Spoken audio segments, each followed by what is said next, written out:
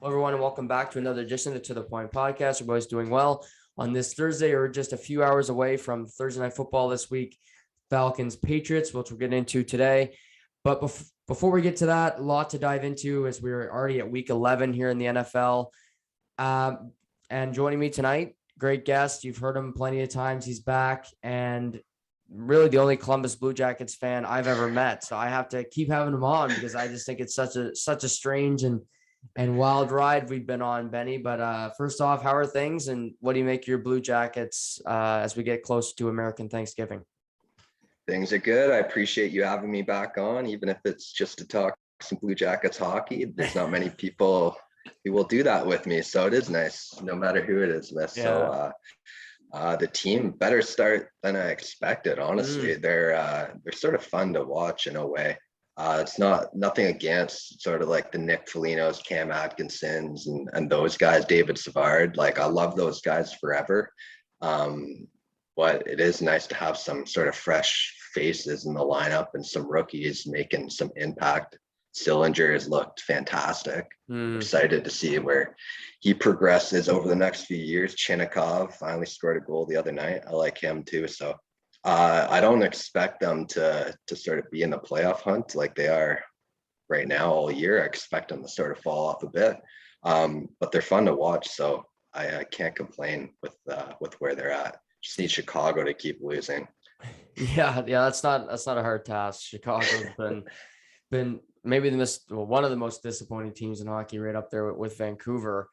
But I think I agree. Interesting start to the season. And I also think, I think the team will fall off like you, but they have two goalies that are going to be really interesting to see what kind of return they can get for either of these guys at the trade deadline. Because if you look at teams like Edmonton, I think they're going to really want a goaltender. I think teams will want insurance, and Korpisalo or Merzlikins are guys that could play a starter role in the playoffs for a team that wants to go on a run. No, I agree. And it sounds, or based on the contract extension that they gave Elvis before the season, it sounds like he's sort of their guy of the future. So it'll be Korpisalo who's on the move, and he hasn't had the best start to the year, but I think he's still a solid tendy and definitely would be an upgrade for a team like you mentioned, sort of like Edmonton, looking to shore up the goalie position. The return, who knows, maybe a second rounder. I don't know if they get too much for him, but hey, we'll take anything at this point because it does look like Elvis is the goalie of the future. Yeah, he's a really good netminder, and he just gets better by the year. So I think it's smart to lock him up. JD knows what he's doing now that he's back in Columbus after that regrettable stint in the Big Apple. You're also a big Michigan State Spartans fan. The last time you were on, they were undefeated. And since then, they've beat Michigan in one of the craziest games I've ever seen in recent memory. But then they lose to the Spoiler Makers a week later, which, of course. But their one loss, before we talk about this weekend, them playing the Ohio State, they are ranked 7th in the country. Michigan is 6th. How infuriating does this make you? It doesn't make any sense at all, to put it bluntly. The only thing consistent about the committee, I would say, is that they're inconsistent. Yeah. Because I guess they sort of provide like little bits of reasoning here and there. They have the guys that do the interviews or whatever. I don't pay too much attention to it. But I guess the reasoning, they think Michigan at the end of the day has the better metrics or the underlying numbers, which, okay, maybe. But then why wouldn't you have Ohio State ahead of Oregon if you're going to do it that way?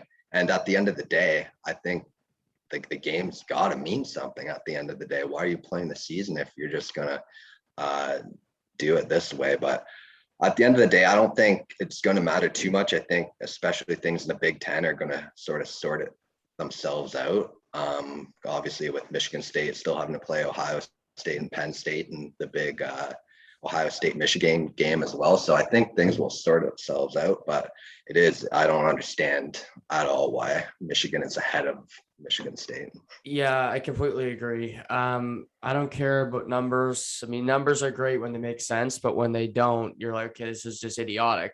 There's still the eye test. And I watched PTI last night. Pardon the interruption for people that aren't aware of that. And Mike Wilbon is great because he just goes off about numbers and all. And they're great because you're right. It makes no sense. I mean, you beat a team and you're like, no, I think that team's better because they run the ball better consistently against these other teams. And I mean, Michigan State, I didn't think they beat Michigan, and they did.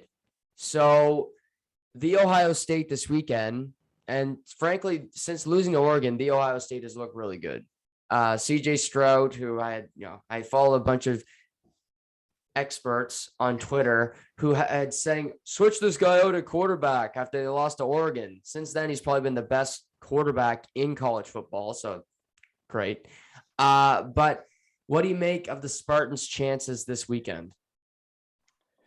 I'm being realistic. I don't like their chances at all.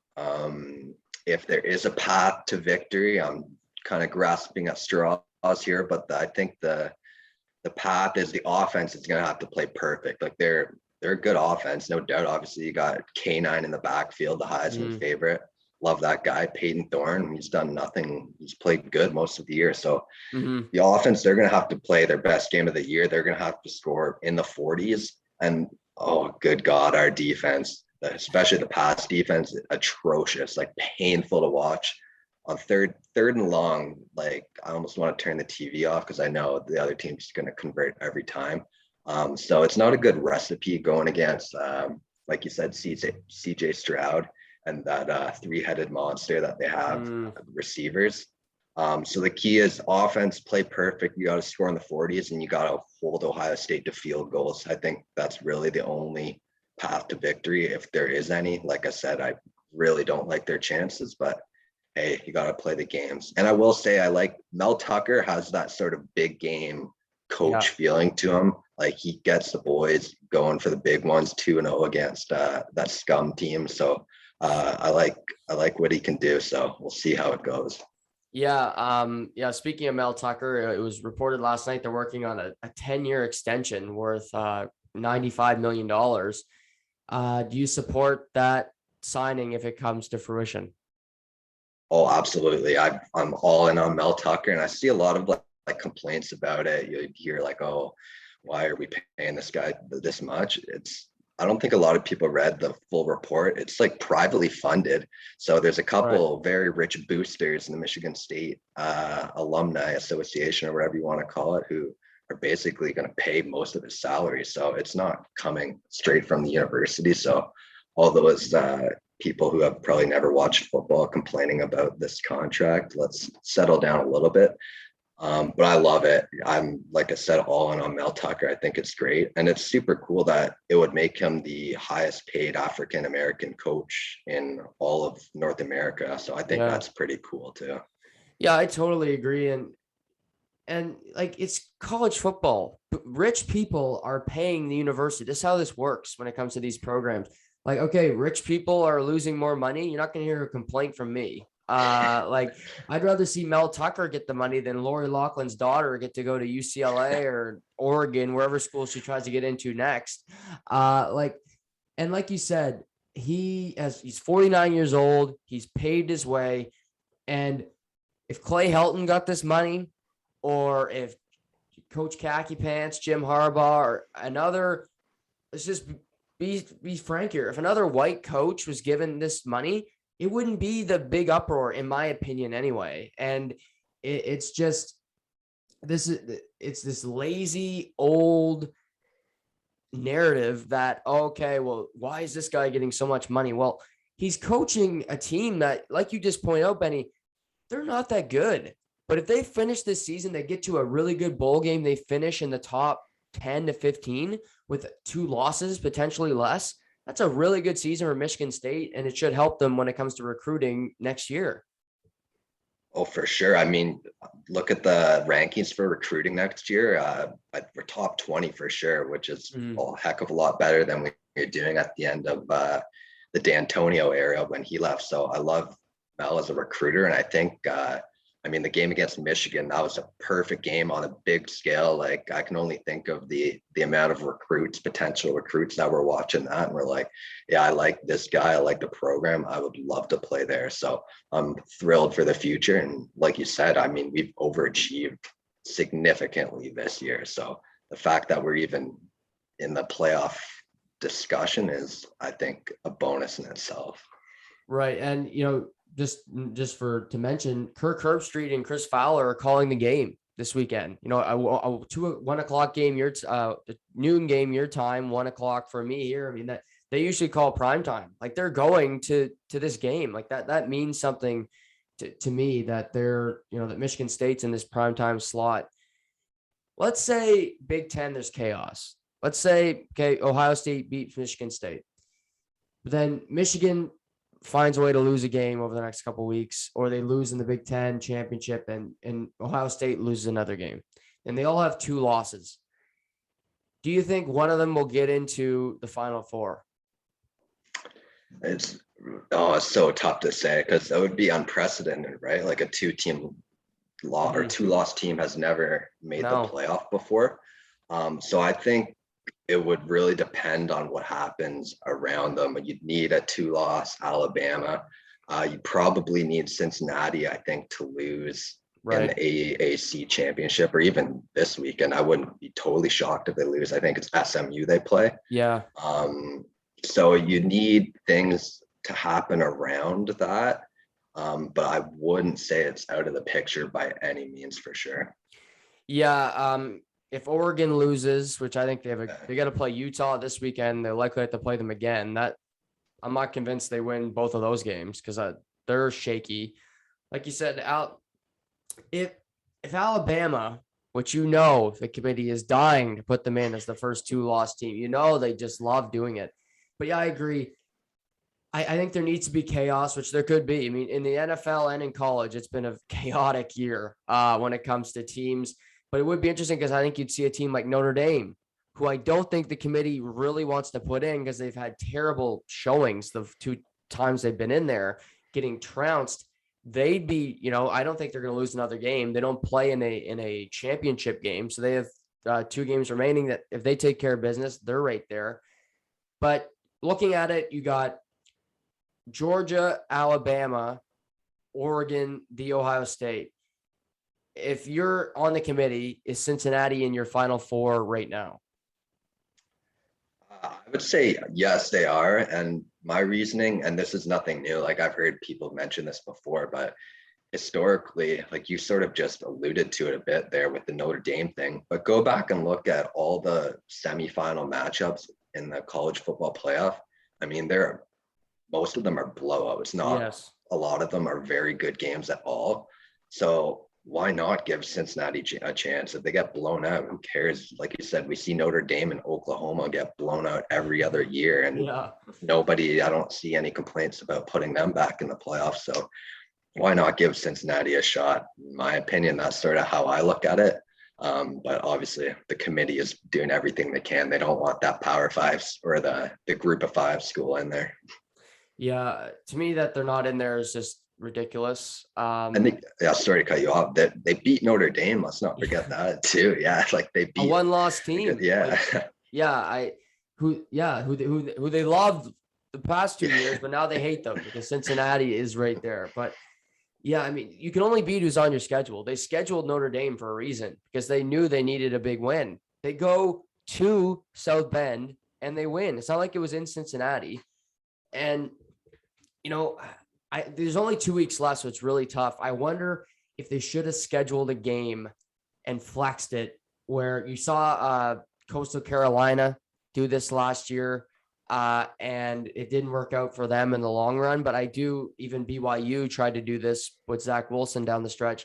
I applaud teams that try to do it to try to boost their level. But, like you said, they can only beat who's on their schedule. They got SMU. They got to play Houston. They'll have to play in a championship game. If they go undefeated and they're not in the college football playoff, the committee should just be disbanded because it would make no sense that they're not there. I totally agree. And beating SMU and Houston, like those are 2 solid teams. I know Cincinnati hasn't looked great against some mediocre teams, but like you said, you can only play who's on your schedule. And as far as I'm concerned, if you keep beating them and you have a couple decent games, like I would say Houston, Notre Dame, like that's not terrible. No. Why not give them a shot? Why not? The worst they do is get blown out, like I said, and look like Oklahoma and Notre Dame every year. And if you're a college football fan, you're going to tune in regardless. It's not to be, oh, Cincinnati's playing, I'm not going to watch it. It's like, it's on January 1st. You're not watching the NHL outdoor game because it sucks every year. Let's just be honest here. I hate them now. They do it too often. And you're going to watch college football. I mean, you might spend time.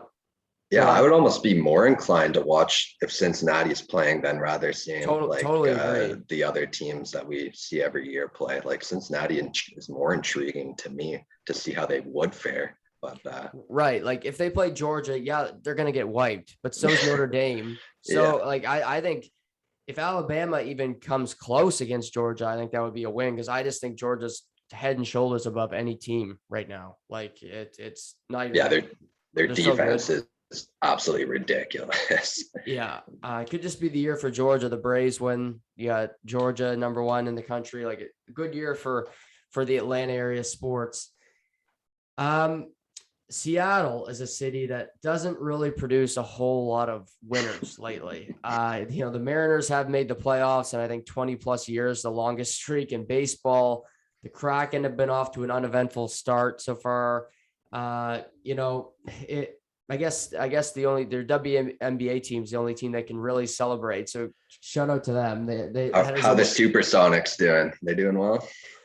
They should still be playing, but thanks for Oklahoma City. You guys have really, really lived long and prospered there. But I wanted to talk, Benny. I sent you this topic about Seattle and the Seahawks, who, of course, won a championship with Russell Wilson with that Legion of Boom. And then the next season they had a title, but they just gave it to Tom Brady and your Patriots. They just literally handed it to them. So, but since then, they've always been a playoff team. They've never had a losing record with Pete Carroll, which is pretty incredible with Russell Wilson. But they're 3-6. He mentioned on the Dan Patrick show last year that he mentioned 4 teams that he would, potentially accept a trade to. So he's talked about an exit plan. My question is, if you're Seattle, and let's say Philly, even though I like Jalen Hurts, but I'll throw Philly as an example. They call you up and say, we'll give you 3 number 1s right now for Russell Wilson. Would you take it? So I'm going to give almost a bit of a cop-out answer on this question. I would, right now, I don't think I would accept it. I would want to wait till the end of the season to see where things are. Oh, okay. I'll say the season's over. You're in March. Okay. You're just prepping for the draft.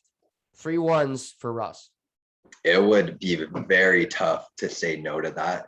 And I was looking at their schedule. I do think, I'm not going to say it's likely, it's very unlikely, but there is maybe a path to them sneaking into the 7th spot. They have a bunch of division games left, so they'll obviously have to win some of those, but they have it was Houston, I feel like, and then the Lions and Bears. So they do have some easy games on the schedule that I think will put them in the playoff race. And their defense has been good. I thought that would be a weakness of them, but they're not the problem at all. On offense, on paper, they look fine, but really, I mean, Russ, his numbers were great last year, but that was sort of inflated from the first, 8 weeks of the season when he was by far the leading MVP candidate. But since then, he hasn't been, I wouldn't say fantastic by any means. Obviously, the injury this year doesn't help things at all. So I would want to see what happens the rest of the way this year. If he balls out and looks great the rest of the way, I'd be reluctant to trade him, especially with their defense playing as good as they are. Hopefully they can keep that going the next couple of years. But if they struggle and Russ doesn't look great and you're offered 3 first rounders, I think you say yes in a heartbeat and sort of do maybe even a bigger tear down of that, because I know Pete Carroll, he's not getting any younger, so maybe you want to move on from that and you sort of end the Russ era in Seattle. Yeah, I think it's gonna be an interesting tug of war. Cause like you mentioned, they got Arizona this week, which it'll be interesting to see if Kyler plays, because that's a big, that is a huge factor on if they win, because I think Arizona's better. Then they got Washington on a Monday night. They could win that game. Then they go and play, let's see, the Seahawks. Then they got the 49ers at home. So that's, who knows, tough game, but they could win that one. Go to Houston. So to your point, they got it. It's a real, this game this week is really important for them, obviously. But then they go to the Rams. Not an easy game, but I'm not saying it's an unwinnable game. And then they finish their season. I believe it's 2 division games, like you said, that they have left. Let me see where they are. The Seahawks. I think they play Arizona again. Yeah, they definitely play. Yeah, they play the Bears. Play the Bears, Arizona again, like you said, and they play the. Let's see here, Seattle. Is it Detroit? Yes. Yep. Yeah. Detroit. So yeah, that I'm not even gonna bring up that. But so they do have an easier. I could see them clawing to 500 potentially with their schedule that remains. But maybe it's Russell plays great, but they fall short. And if it's not Seattle that wants him gone, maybe it's Russ again. Maybe he goes on the Dan Patrick show a day after the Super Bowl, which he did last year, and he says, "You know what? I've had enough here. I've been here a decade. I see, quarterback X, Tom Brady, in his 11th Super Bowl, and I'm fed up. Like I should be playing here. I'm getting sacked too much, whatever it is." And he says, "You know what? I really want to play with Sean Payton, or I want to have this opportunity." And New Orleans would be a sneaky, interesting fit, because I think Sean Payton's offensive genius. He's Drew Brees hasn't been Drew Brees for 5 years prior to his retirement. Trevor Siemian, Jameis Winston, like Russ would be a really interesting fit in Seattle, especially with Michael Thomas hopefully coming back healthy. That would be a great fit. I love that, the thought of that. And this is sort of off topic, but yeah, Russ is like intellectually, he's an interesting cat. I just think of those videos of him when he was injured, like on the field by himself, like going through the motions. It's like the guy, what's he spend like $1 million on himself? Yeah. Like health wise a year. Like I respect the guy and all he's done, but he's certainly an interesting cat. So I don't see it, or I could definitely see him almost like sort of asking his way out, like he almost alluded to last year, but I don't see him having any problems with doing that. Yeah, I think especially now in today's climate, Benny, players are just like, yeah, I'm done here. Like Jack Eichel's like, yeah, I'm out. Yeah, and it took longer than it probably should have, but guess what? He's in Vegas now. James Harden was really out of shape, and he said, "Oh, I don't want to." Well, guess what? He's in Brooklyn. Like these players, and Russell wouldn't handle it that way. He's got too much class, but he wouldn't, get bloated like James Harden. But he would, I think he'd just go to John Schneider, go to Pete, and say, "We've had great times here, but I don't think it's my best option to win a Super Bowl." But I look at Seattle and say, maybe it is Pete Carroll. Maybe it's an offensive philosophy why they're falling short, because I like New Orleans as a fit, but New Orleans does not have the weapons that Seattle does. I mean, he's got 2 receivers that you could argue are number ones, and they're just like DK Metcalf and Tyler Lockett. They just don't seem to have a great connection. And I'm wondering why, because both those guys are elite when they want to be. So true. It is super weird, like watching the Green Bay game on the weekend. And I know like he's coming off the injury, so I guess you got to give him a little bit of slack there.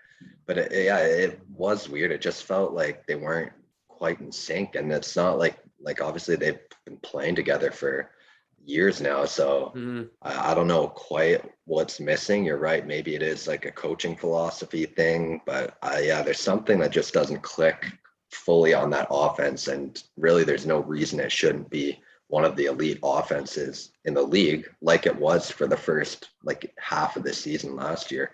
Like, I don't know what happened there to all of a sudden they're struggling to put points up.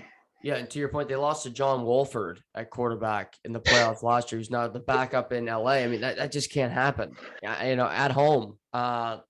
So versus Arizona this week, Arizona dropped one last week to the new look Panthers with Cam Newton back under center, but they're 8-2. They're tied with Green Bay for the best record in the NFC. With Kyler Murray, with DeAndre Hopkins, how do you feel about Arizona as a team? Yeah, as long as those two are in the lineup, I like them a lot. Kyler, I know I've always talked about a lot how fun he is to watch. Last week was a bit of a gong show, but again, backup quarterback, you don't have your best receiver.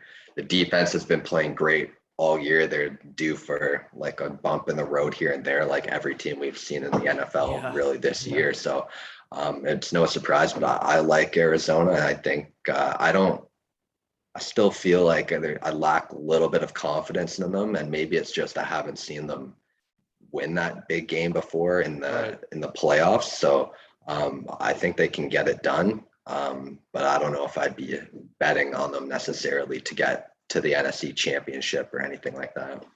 Yeah, we mentioned how important this game is for Seattle. I think it's just as important for Arizona because they're 8-2, but you want to keep pace with Green Bay. Green Bay's got Minnesota this week, and I know Minnesota, but I still think that's a tough game. Minnesota, they're the most frustrating team because they should be way better than 4-5. Like you look at Kirk Cousins' numbers and you're like, holy hell, this guy is balling out. But then they lose to Cooper Rush, and then they throw up, Greg Joseph misses a kick from 30 yards and just chunks it. And so that's a tough matchup. And then they have the Rams the following week. So a team like Arizona could gain ground. And, for a team, like I said, that has limited playoff experience, having home field throughout the playoffs could be the difference between, losing in a wild card game and, making the Super Bowl potentially. Yeah, and snagging up that bye too, it's still definitely in the field of possibilities, but that bye, only one team gets it now. Like that's huge, especially with the longer season too. Like that rest is just that much more important. So that would be huge if they can stay in the race with Green Bay for that top spot. Do you like that there's only one team that gets a bye? I've never really put a whole lot of thought in that, to be honest with you, but I kind of liked it how it was before. Maybe I'm just one of those like old school, like baseball dudes. Like, I don't like change at all. I like it back in my day, but I'm kind of impartial, I guess. Right. I kind of enjoy it because like you said, it's in the longer season, it's a grind and you have to earn it. I do think it makes the regular season more compelling because every team you got to play to the last game, right? Normally, if it's two, who's going to get it the last week and you see, your guy Blaine Gabbert gets to take some snaps for teams that is going to get it. Where I think in week 18 or week 17, whatever it is now, we'll see teams have to dress their starters, play their full lineups because it's going to be nip and tuck down the stretch, and you're going to want that bye so that you get the rest. Like you said, for a team like Arizona, Kyler's ankle doesn't sound that great, and he's practicing, but he's missed back-to-back weeks. Getting that rest would be huge for a team like that. Yeah, I completely agree. Yeah, so interesting game this weekend.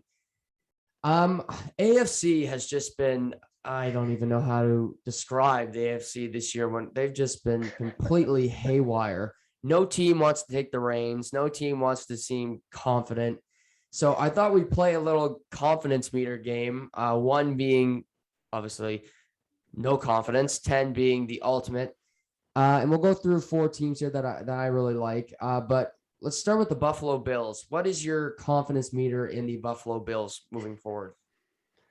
When I saw you sent me this, I almost wanted to just reply like 1 to every team. Like I literally have no idea. I'm going to come on here and I'm going to talk about having confidence in a few of these teams, but I would not be shocked if they go out and have some more stinkers of games like Buffalo against Jacksonville. Like, I have no idea what's going on in this NFL year. But Buffalo, they would be one of the higher teams on this list. I still think they might be the most complete roster in the AFC, looking at both sides of the ball and special teams as well.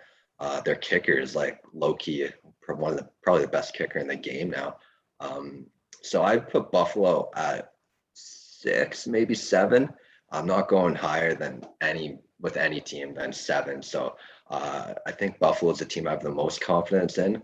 I hope New England proves me to be wrong there in a couple of weeks. But we'll see. I still think Buffalo, like I said, is the most complete team on all sides of the field. Yeah, I agree. I do. On paper, they definitely are. Josh Allen is great when he wants to be. Stephon Diggs, Gabe Davis, Dawson Knox has really improved. I still hate the running game. They never addressed that. I don't know why they didn't draft Najee Harris or trade up, try to get him. Nevertheless, he was playing pretty well in Pittsburgh, but you can't draft running backs in the first round, apparently, Benny. That's forbidden now. So, but yeah, and their defense is really better than their offense. I mean, you look at it, they are allowing the fewest rushes between the tackles, which is, that's a big stat, but they're only allowing 10 yards a game between the tackles. Wow. So they are winning at the line of scrimmage. They have 24 takeaways, which is the most in the NFL.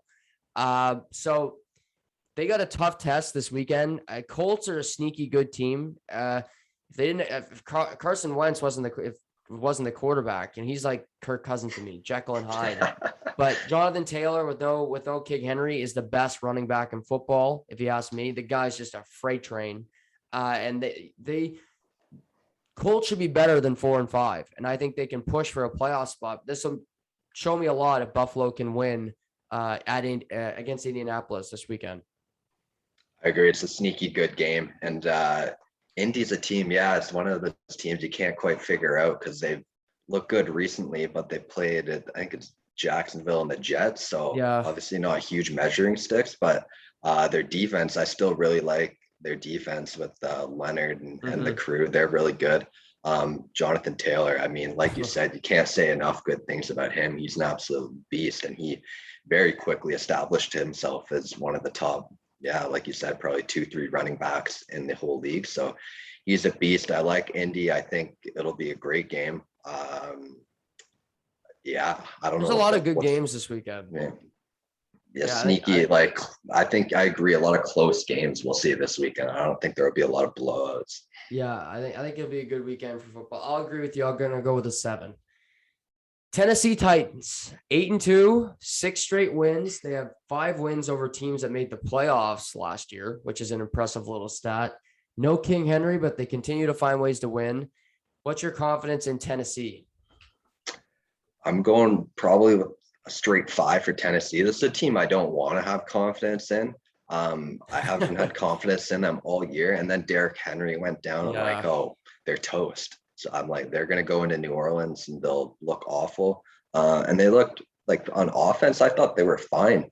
It's kind of impressive the way they did it too. Obviously, Derrick Henry's out. You got 80-year-old AP in there taking snaps at running back. But even the receivers, AJ Brown only had, I was looking at the box score just before I came on. AJ Brown only had 1 catch. Julio Jones wasn't even playing. So they were relying on like the depth guys to get it done, and Tannehill, and they got it done in that defense, which I keep waiting for them to almost implode, but they keep holding up. So they're good. I got to give them a lot of credit there. So they're a team, like I said, I don't want to have confidence in them, but they keep proving me wrong. And as long as they keep doing that, there's no reason to doubt them. Yeah, I'm going to go with a 6, slightly higher than you. But I'm around the same thing.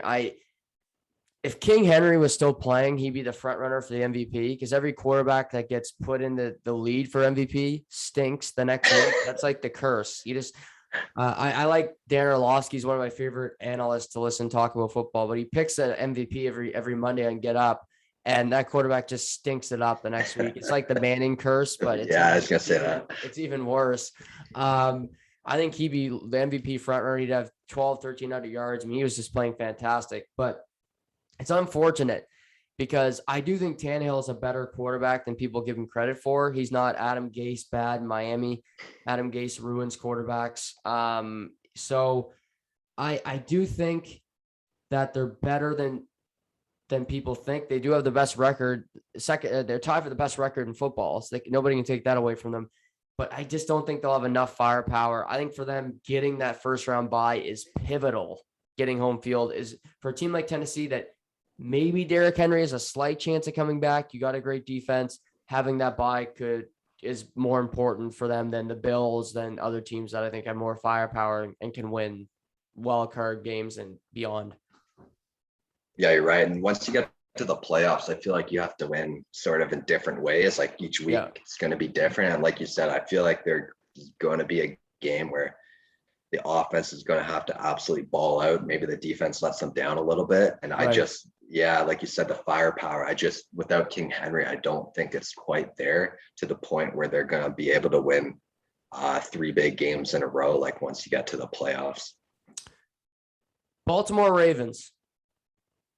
That's another weird team that you really just don't know what you're going to get. They looked like dreadful last week, like painful watching that. That was hard. That was a hard game to watch, quite frankly. Yeah, like it was just ugly. I don't know what the heck was going on there. Like a 4 maybe, because I can't disrespect Tennessee and put Baltimore's confidence level higher than that. So probably a 4 with Baltimore. And I mean, you can say this about a lot of teams, but it's just so unpredictable. I have no idea what you're going to get. I don't know if Lamar is going to be MVP Lamar. I don't know if Lamar is going to be the guy who looks like she shouldn't be on the NFL field. Probably a 4, because like I said, you don't know what the heck you're going to get with them. Yeah, I don't love their defense. Marcus Peters being out hurts a ton. I love Lamar, and I also hate Lamar at the same time, but I do think he's great. His receivers drop too many damn passes. They don't have their running backs are all, old as Methuselah. They're all beaten, battered. 4 or 5. I have more faith in Lamar than most people. But the rest of the roster is just so bleh, Mark Andrews, I trust. Hollywood Brown, I don't, because one game he'll catch 9 for $166, and the next week he'll come back with 1 catch for 20 and 4 drops. Like that's just the way he plays. And I hate receivers that are inconsistent. And that's the name of the game for him, is just inconsistency. And they do seem like a team where they need Lamar to be at his absolute best to win. Like, I don't have faith in their defense being able to steal a game for them. No. Or like you said, their running backs be able to steal a game. Like, Lamar has to be the man. And if he isn't, they have no chances. So it's tough to have faith in any team that relies on one man so much as they do. Now let's conclude with a team playing this evening, the team that you root for, the New England Patriots. Let's start with obviously with you, but the faith that you have in your team this season. 6-4, they're riding a hot streak after a slow start. How do you feel about your Patriots? Probably some bias going here, but 6-7 range right now, coming off that win against Cleveland. Definitely a little nearsighted from that win because they absolutely dominated. Yeah, Cleveland came out and scored on the first possession. I'm like, oh, this isn't good. This is going to be a dogfight, and then just absolute bloodbath after that. So they look great right now, and it'll be more clear.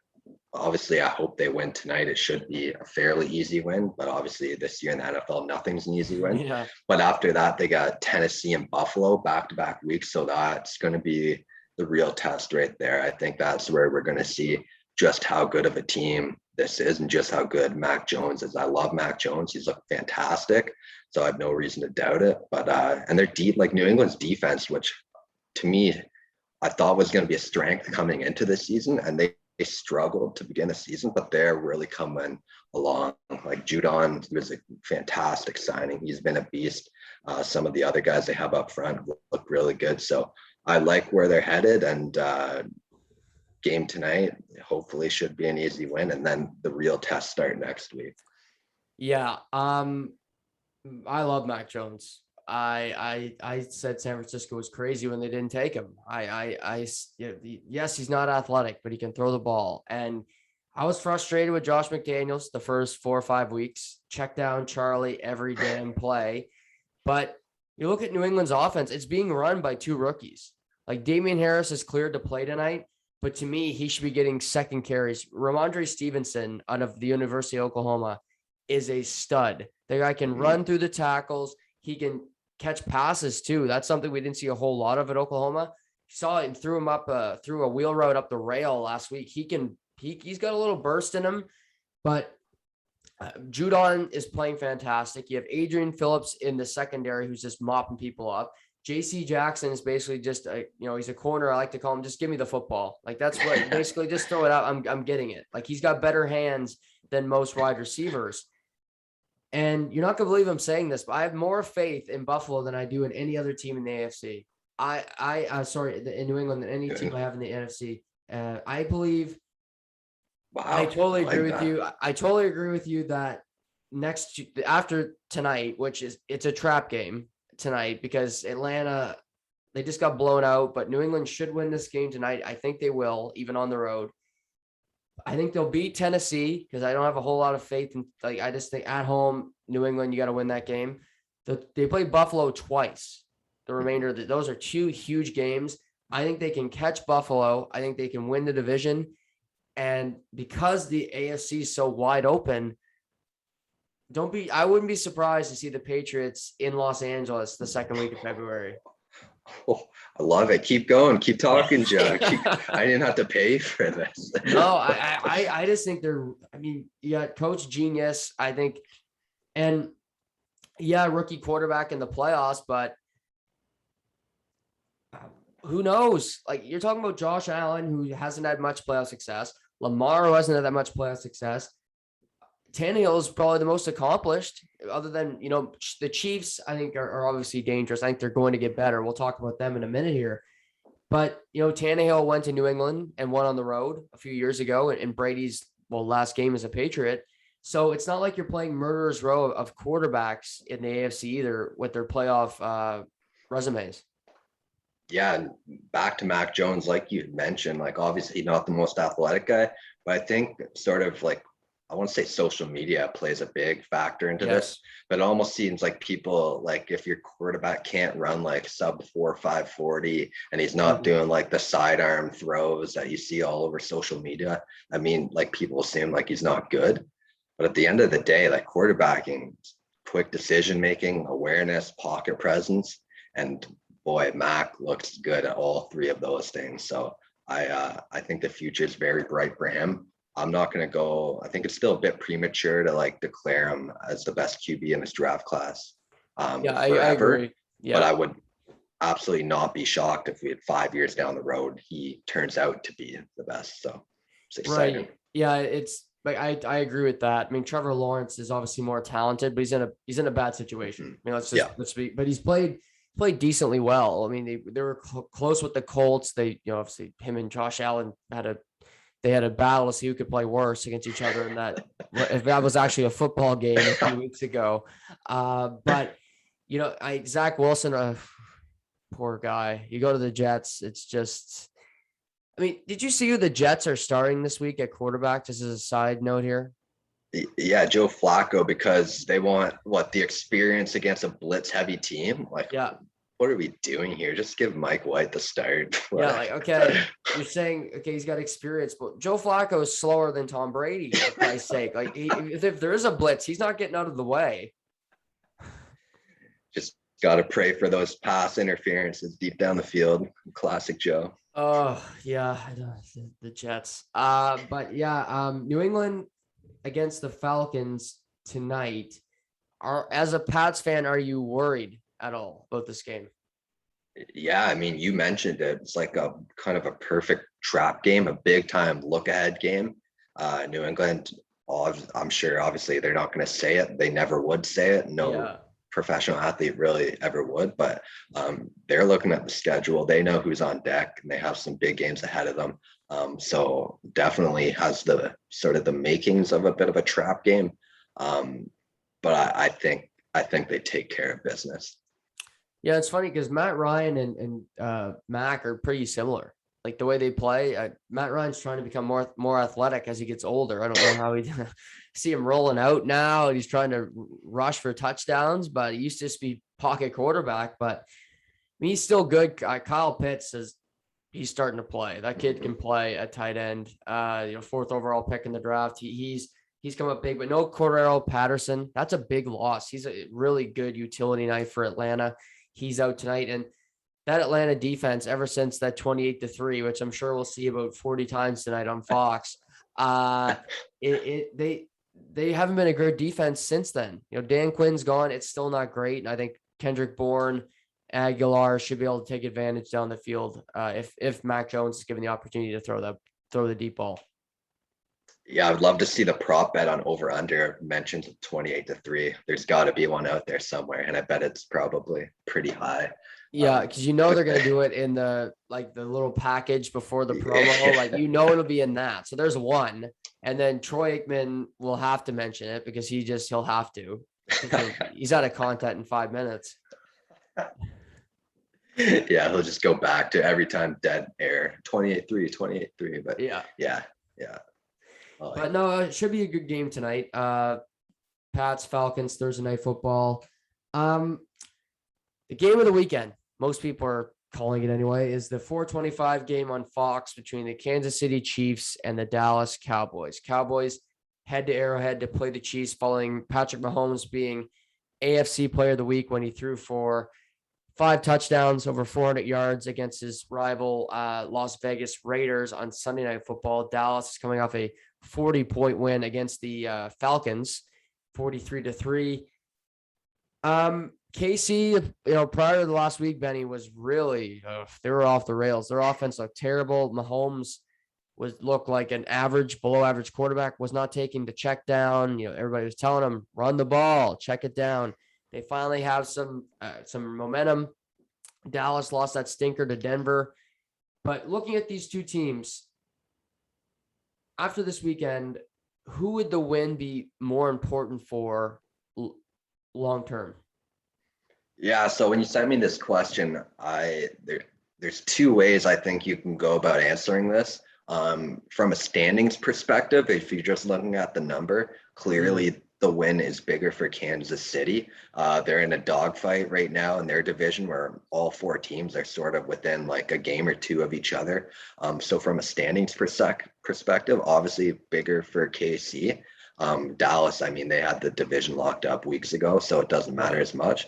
But I think long-term, organizational perspective, this would be a huge win for Dallas. Yeah. They've been talked about as one of the better teams in the NFC this year. But I don't know if they've truly had that big test or big statement win yet. They beat New England, but that was sort of before New England started to roll a little Minnesota, bit. Every team in their division, it's just kind of bleh.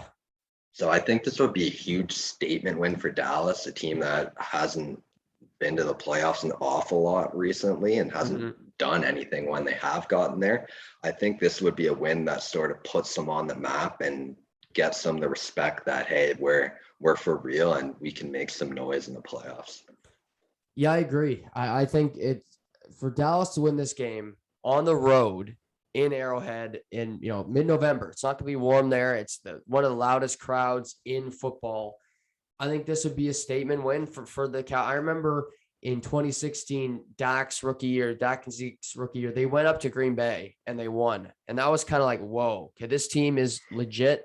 They're for real. They went 12-4. They ultimately lost, but it came down to a last-second field goal. So that team was really good. Obviously, Zeke won offensive rookie of the year. Dak, 4th round pick starter, jumped on a moving train. But I think if you go to KC, beat this team, to me, Dallas is right up there as the best team in the NFC because, again, I look at the Bucs and I remember last year they were 7-5 come their bye, but coming off a bye week this year, they lose to don't call me Tyler Heineke in Washington. The Rams have 2 stinkers in a row. Green Bay's defense actually looks great, so that's promising. But to me, Dallas could be the second best team in the NFC right now because the Cardinals have been banged up, and maybe put Green Bay 1. But with Dallas winning this game, I think it might vault them into that 2 slot in the NFC. Yeah, for sure. And with Dallas, their offense to me, their offense is elite. I have no problem saying that. All around the field, their offense is fantastic. I still haven't fully bought into their defense. I know Diggs was a pick machine, but I still like in terms of his coverage and all that, I don't think he's as good as sort of the picks make him seem. And I think that defense as a whole, like they still need to prove it to me. And I mean, there's no better way to prove it to me than going into Arrowhead, like you said, against a Chiefs team that just put up a ton of points against Las Vegas. So Dallas, their defense, I think this is a huge game for them because their offense is going to put up points, but the question I think will be, can the defense slow down Kansas City at all? Yeah, no, totally agree. I mean, Kelsey had a great game last week. He even said he got his swagger back after that big win. Tyreek Hill. But I think for Kansas City, the most interesting thing for me is Mahomes offensively. If it's not there, if they're going to play two high safeties and you have nothing over the top, will he continue to check it down to a Darrell Williams, to a Mecole Hardman running, a slant route? If he continues to do that, teams will have to play a different defense against them because they'll look and say, well, they're chewing it. He's doing it the Tom Brady way. He's like, okay, I can get 5 here. I'll take it. I'll get 6. And then when you have to come up and press, I'll take that deep shot to a Randy Moss, or I'll take that deep shot to a Julian Edelman down the field. And that's when Kansas City could, vault themselves back into a team that people could see representing the AFC in the Super Bowl come February. That's so true. That's the huge question. Like, will Patty Mahomes, like, it almost, you watch him in the pocket and it's like he keeps waiting for that downfield receiver to get open instead of taking the man 5 yard to his right that can get a 5 to 7 yard chunk. For whatever reason, he doesn't like making those throws. But yeah, if he starts doing it, like you just talked about, it completely changes the way teams are going to have to defend them. Patty Mahomes, I saw some numbers today, actually, like in terms of his accuracy, especially on deep balls, he's been like subpar, like below average in terms of all the quarterbacks. So, I mean, I'm not still too worried about him, but I don't think like Kansas City's struggles, everyone talks about their defense, but definitely some of it, you got to point to Patty Mahomes a little bit too. Yeah, they need to, Kansas City, if they have any chance of winning this game, they need to stop the run, because if the run's going, then like I said, those Gallup, Cooper, obviously CD Lamb down the field, even Cedric Wilson, if he plays, that kid's electric too. I mean, they can't cover anybody. Daniel Sorensen might as well be one of us playing safety back there because he can't corner. I saw this stat today that Sorensen, Sneed, and it's not Tyrann Mathieu, but it might be Ward, have 3 of the 5 worst pass coverage rates in the NFL, and they're all on the same team. So that tells you what their secondary is like in Kansas City. So they need to limit that threat as much as possible, where Dallas is running the football. It's stymied early on first down so that they have to press, do different things that they're not comfortable with. They get out of the play action game, and then you have more of a chance to at least keep it honest on defense. And their defense, like, they looked better against Vegas for sure. Yeah. And I don't even know if, like, in the Patty Mahomes era, they've never really been a strength of the team, obviously, but they need to adapt that sort of bend, don't break mentality. Like early in the year, like you said, it was just Sorensen just getting, that secondary in general, just getting beat over and over and over. But if they can just sort of get a couple stops a half and to turn the ball over, that could be a huge difference going down the stretch. Who do you like winning this game? Well, it's probably KC. This is a game where I was almost like, who's the home team? Just take the easy way out. Because I think I fully expect it to be a really good game. But that KC Arrowhead, like you said, it's always banging. It's always loud. So I would probably lean KC, but I would not be shocked if Dallas wins either. It's a coin flip almost. Yeah, if Dallas can get a lead early, I think they'll win the game for sure. If they have a really strong first quarter, that's a pivotal to me because they are a front running team. No shock there at the Cowboys. They love the front run. And like you said, when they get a big lead, they normally they keep adding to it, and their defense locks people up because you can't run the football. And Casey hates running the football anyway, so maybe that plays right into their hands. But I do think it'll be better if they continue to run the football. Darrell Williams can run the ball. Derek Gore, like, give guys the football, like, run the ball. But I'll go with Dallas, even though I shouldn't pick Dallas, because in saying that, I know they'll lose, because it's just that's the Dallas Cowboy way. Just that when you expect them to do something well, they're allergic to prosperity. But we'll see. Is that Aikman again on the call? Buck and Aikman? Yeah. I feel, okay. I figured those guys. I assume so anyway. Too big of a game on Fox. They'll be heading down Arrowhead following the Atlanta game tonight. Any other games this weekend really tickle your fancy? The only one I had picked out, we already sort of talked about earlier, but the Buffalo Indianapolis game was the other game that I had marked on my schedule. Sorry. I had a video just started playing. I don't know when that happened. Sorry. That was the other big game I had circled. I don't have the schedule in front of me, but like you said, and I sort of took a quick glance, I don't see many blowouts this week. It feels like there should be a lot of good games. Yeah, I think Packers Vikings will be a sneaky good game. Saints Eagles, I think the Eagles can make the playoffs. I've been saying that for a few weeks. Something about them, I don't love their defense, but I think Jalen Hurts is being underlooked when it comes to how good he is. And I could see the Eagles sneaking into like that 7th playoff spot in the NFC.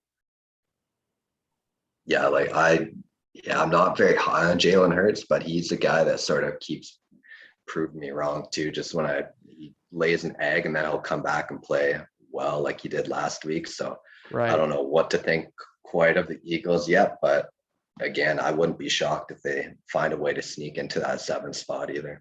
What about Steelers Chargers? Both these teams need a win. Big Ben's still in COVID protocol, so we might get the privilege of seeing Mason Rudolph get to play another game in the NFL.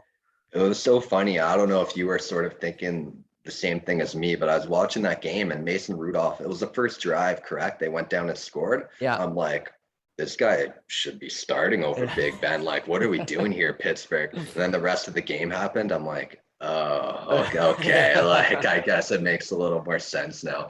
That game was like comically, and I know the weather played like a big factor, but it was comically bad once in the 4th quarter and overtime especially. But yeah, that should be a good game, I would say. The Chargers have been a bit of a letdown team. Like they had a hot start and sort of Justin Herbert has been good, but not great. So I think they need to get going here, and this is a huge game for them to do that.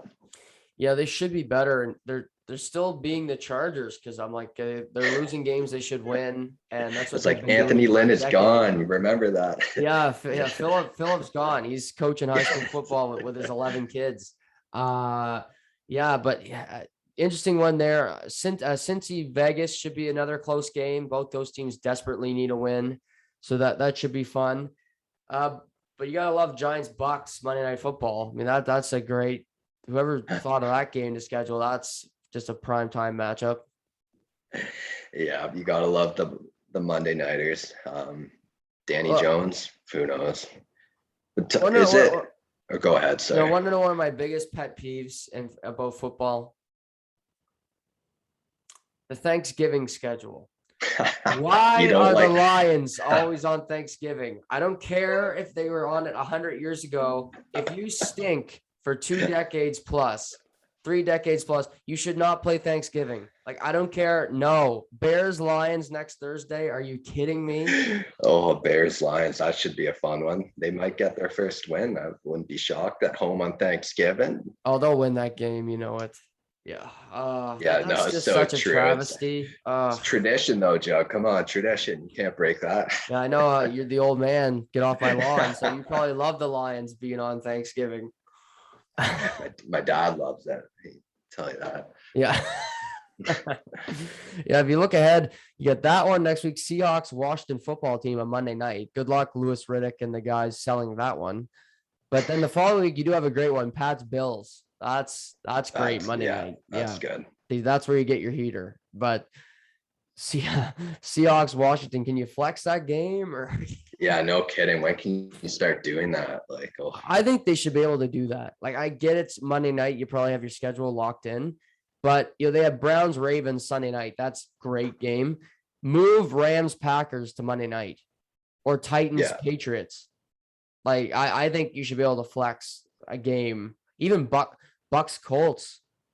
It's another really good game. yeah, I fully agree. And I'm sure ESPN is probably thinking the exact same thing you are. Why the heck we're stuck with this game when Yeah. could flex something in, but hey, it's football. We'll It is watch. football. I'll definitely watch. Yeah, we're suckers saying this, knowing that we'll tune in and be like, oh well, Taylor Heineke looked good on that rushing attempt, but yeah, we are suckers for punishment. But Benny, is always such a pleasure to have you on. Always a great conversation, and good luck to you this weekend or tonight. Sorry, with the Patriots and going forward with Columbus. But we'll talk again soon. Sounds good. Thanks, Jug. Everybody, enjoy tonight's Thursday night football game, the great slate of hockey, everything else. I'll be back tomorrow to break it all down. But until then, stay healthy, take care, and we'll talk soon.